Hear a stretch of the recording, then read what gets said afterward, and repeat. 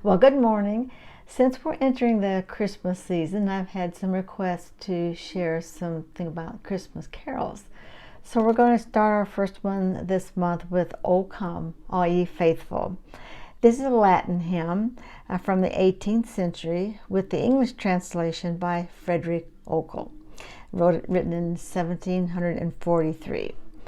John Francis Wade, author of this hymn, was hounded out of England in 1745. He was a Roman Catholic layman in Lancashire, but because of persecution arising from the Jacobite rebellion, streams of Catholics fled to France and Portugal, where communities of English-speaking Catholics appeared. But how could he, a refuge, support himself? In those days, the printing of musical scores was cumbersome, and copying them by hand was an art. In the famous Roman Catholic College and Ministry Center in France, Wade taught music and became renowned as a copyist of musical scores. His work was exquisite. In 1743, Wade produced a copy of a Latin Christmas carol beginning with the phrase Adeste Fidelis Laeti Triumphantes, and at one time historians believed he had simply discovered an ancient hymn by an unknown author, but most scholars now believe Wade himself composed the lyrics. 7 original hand-copied manuscripts of this Latin hymn have been found, all of them bearing Wade's signature. In 1750, he slipped this hymn into a manuscript he was copying for the English Roman Catholic College in Portugal. Over 30 years later, in 1785, it was sent to the Portuguese chapel in London.